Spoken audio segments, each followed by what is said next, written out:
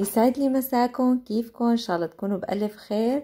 اليوم حبيت افيق الصبح واعمل كوكتيل لاولادي لانه بحبوه، بنفس الوقت زوجي بحبوه. بس انا من الناس اللي ما بحب الكوكتيلات وما كنت اشربها، بس بعدين صرت احبها، بس ما بعشقها عشق مو طبيعي، لا عادي. انتم من الناس اللي بيعشقوا الكوكتيلات ولا عادي مثلي؟ فحبيت الصبح اعمل لهم كوكتيل بالموز. في كتير انواع. هو هذا الكوكتيل بالموز موز وحليب وعسل، وكتير مفيد على فكرة، خصوصا الصبح بيعطي نشاط وطاقة من الصبح منيحة كتير للطفل، ومفيد بنفس الوقت. وبحب ازينه بصوص الشوكولا هذا، بجيبه من ايوز بير، وحتى اولادي بيحبوا انه ازين لهم اياها هيك، يعني ما بيصير انه هيك اعطيهم كوكتيل عادي من دون تزيين، لا لازم تزيين كمان. واليوم على طلب الأغلبية منكم طلب مني إنه احكي لنا عن تنظيف البراد وكيف بترتبي الخضرة وكيف بترتبي أغراضك بالبراد. فأنا اليوم على طلبكم رح أعمل هذا الفيديو لأني كتير انطلب مني.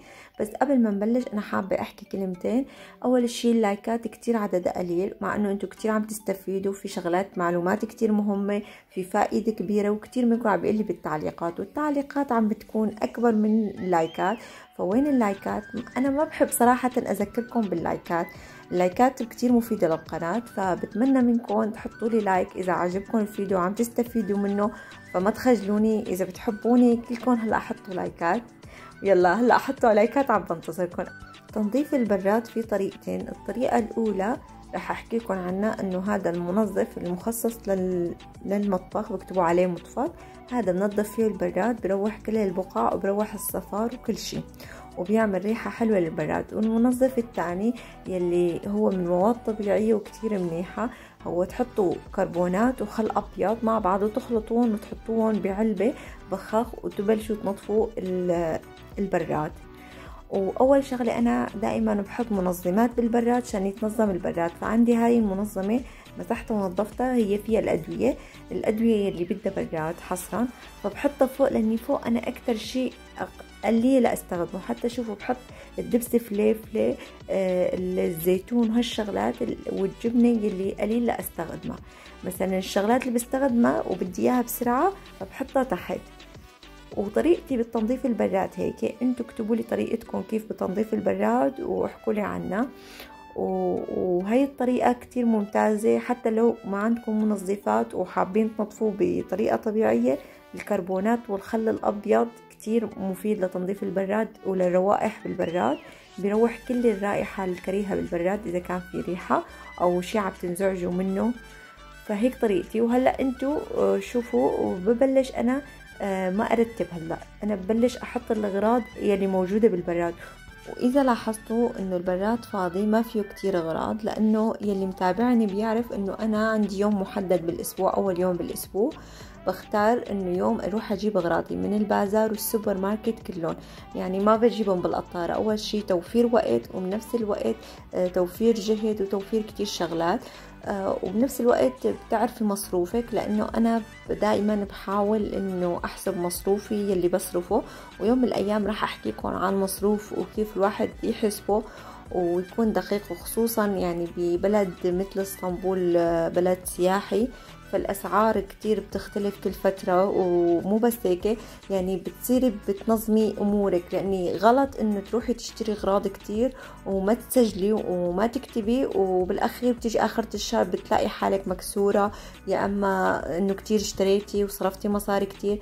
فالواحد لازم يحاول انه يكتب كل الشغلات وينظمها عشان يعرف شو عم يجيب وشو عم ينقصه وشو الشغلة اللي عم يستهلكها اكتر. فانا هيك بعمل.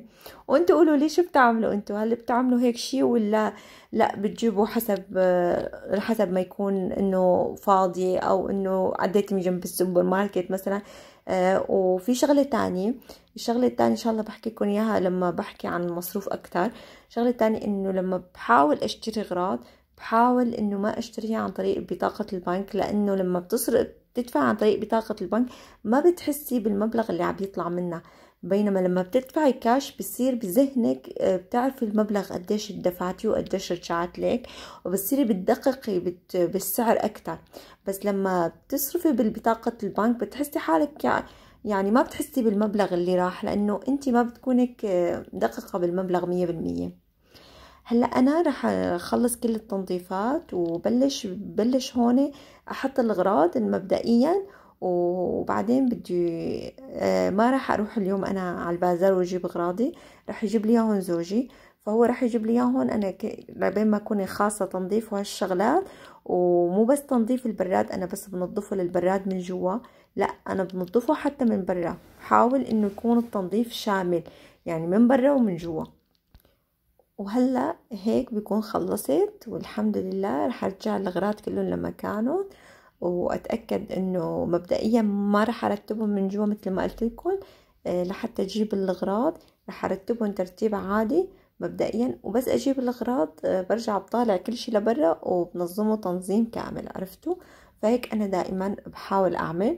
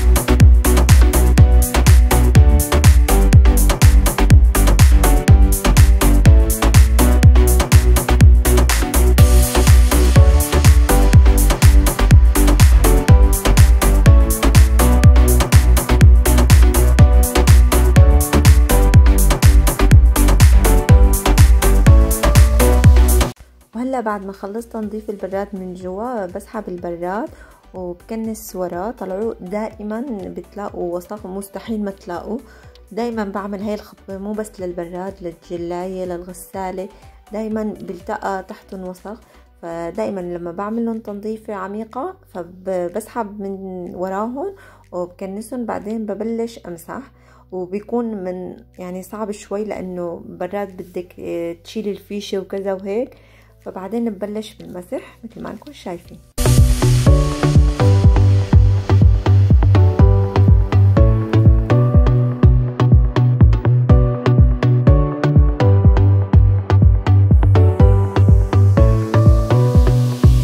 وهلا وصلوا اغراض السوبر ماركت واغراض البازار، فهلا ببلش اني انظفهم كل شغله لحال. ببلش شوي شوي يعني كيس كيس، فببلش بالبدايه لحتى انظفهم وكذا. وعن جد لما بتنظفوا هدول الشغلات وبتحطوهم بالبراد نضاف، اول شي بترتاحي وقت بدك تفتحي البراد بتاخدي غرضك نظيف، ما بدك تغسلي. ونفس الوقت بتعلمي ولادك انه لما بدهم يفتحوا البراد ياخدوا اغراض او اكلات كلها نظيفة. فهي احلى شغلة، يعني ما بتخافي لما بتكونك نايمة او بكونك مثلا كنت عم تحكي مكالمة فراح حدا من ولادك يروح يجيب شغلة فانه كانت مونة مغسولة او كذا. انا دايما بحاول انه اغسلهم كلهم مشان ولادي، لان ولادي بيطلعوا على البراد وبيجيبوا اغراض يعني.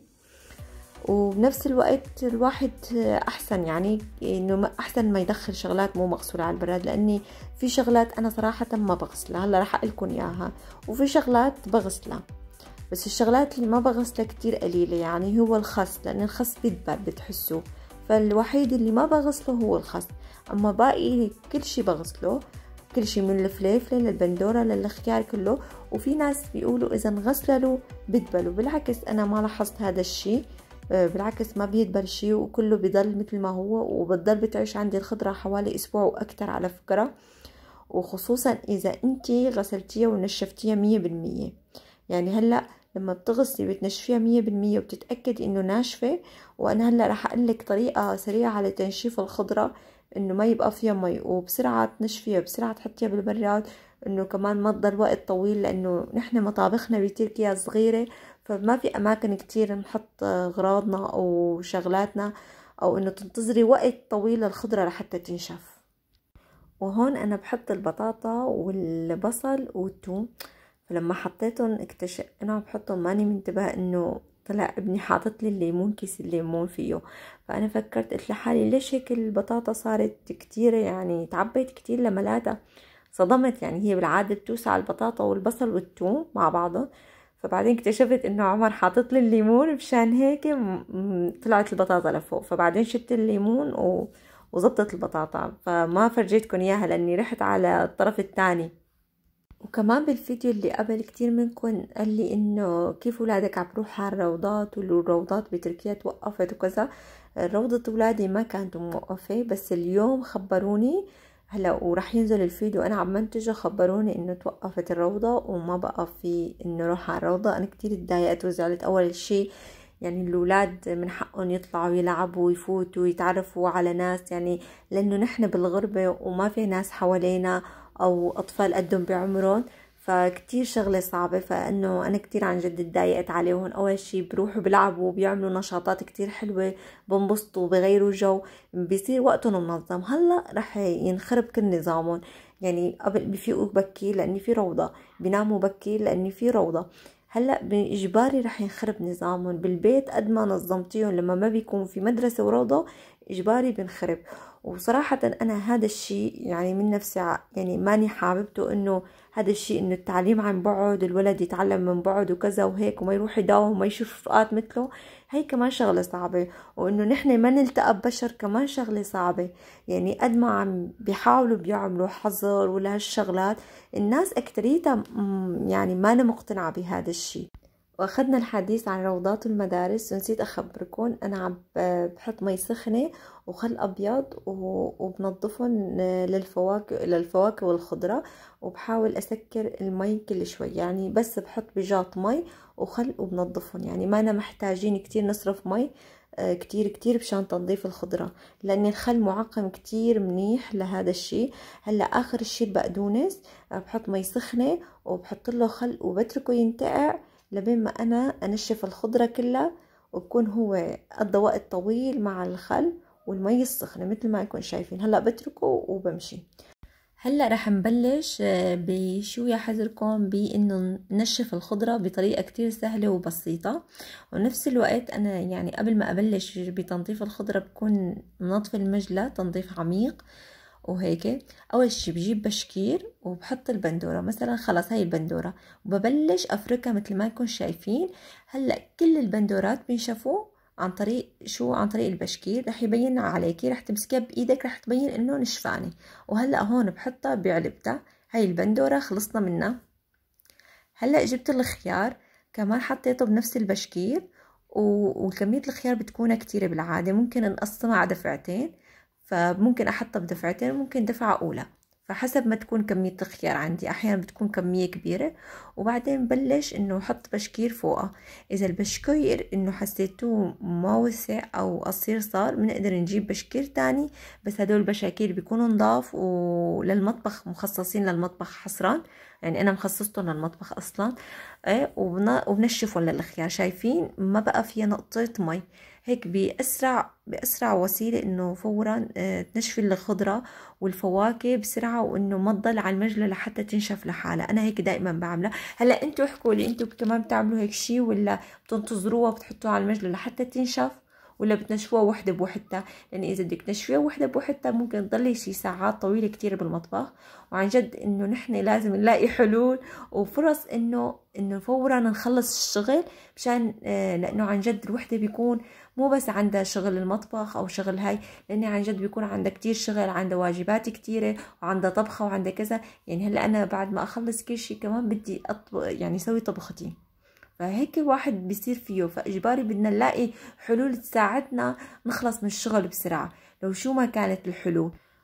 وهلا نحن بعد ما نخلص ونحط كل شيء بعلبه، اكيد نحن ما كل العلب بنقدر، يعني ما كل العلب بتكفي لكل الخضره. مثلا الجزر عندي ما له، يعني الجزر اول شيء لازم يكون مغلق ومسكر وما يفوت له هواء، فبحطه باكياس المونه بعد ما انشفه. ممكن ياخذ معي 3 اكياس، بس نفس الوقت اكياس المونه هدول لما بيخلص الجزر عندي بغسلهم وبنشفهم وبرجع بضبهم، يعني ما فيهم شي، بضلوا نضاف ما فيهم شي. فبعمل هيك. فانتو كمان هي طريقة حلوة. اذا ما كان عندك حافظات تحفظي فيها الخضرة، عندك اكياس المونة بتقدري تحفظي فيها كل شي، من بقدونس لجزر بصل اخضر، شو بيخطر ببالكم. هلا الوحيد يلي هو صعب تنشيفه هو البقدونس. البقدونس حتى لو عملته هيك صعب، بده وقت ليتنشف، مشان هيك بنتظر عليه وقت هيك يتهوى، بنفس الوقت انه بقدر احطه وراي على الطاوله وما اكل همه. وهلا اخر اشي ببلش انظف الحوض بالخل مثل ما نكون شايفين والصابون، وانا ببعد كتير عن الكلور، ما بستخدم الكلور خالص. هلا هيك شوفوا خلص ضبيت الخضره بالبراد، شوفوا شلون طلعت. حطيت التفاح والفليفله والجزر وكل شيء. اعطوني رايكم، شو رايكم فيها؟ وين القلم؟ وين القلم؟ ليك القلم؟ وين القلم؟ يلا شو ترسم؟ شو ترسم؟ رح جاب الزبادي عشان يرسم دائره. يلا ارسم دائره. جرسم ايده متعلمة من روضة. ارسم وين؟ ارسم حطي له اياها خليه يرسمه. يلا خذ ارسم الدائرة. يلا هو خليه يمسكها، هو خليه يمسكها. يلا برافو. لك هو خليه يكمل. هي متعلمة من روضة. ورجيها. هيا كافي تسن بابا. وين رايح؟ وين رايح؟ يلا جاب وحدة ثالثة. والله طالع لنا الجلي اليوم كله. شو الأخير؟ شو صار عمر؟ يا عم بتصمم. صوم عمر صوم. طلعوا بدي نظفها حتى شوفوا. برافو شطور عمر، بدي نظف غراضه.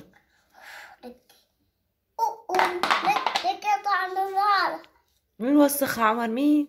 لك سمكة. شوفوا السمكة، هي السمكة. بابا شو هاي يا عمر؟ أنا عامل هيك. بابا إستان سافا أوبا تسا. برافو. يلا ارسم. تسا يا عيني. سونا.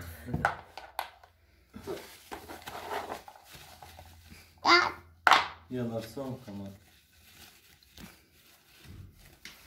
يلا ارسم هون. يلا هون هيك يلا ارسم هيك. يلا خد انت ارسم. يلا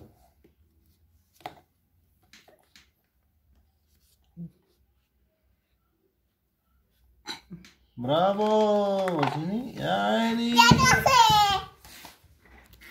عمر وسخت هون. يا عبطة.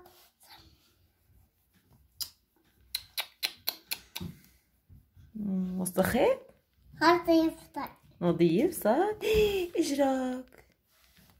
إساك. يلا امسحها. إساك الحمد لله عزيز. برافو. هات امسح لك اياها. ها بتروح. شفت؟ هاف لك يا كثير ماما.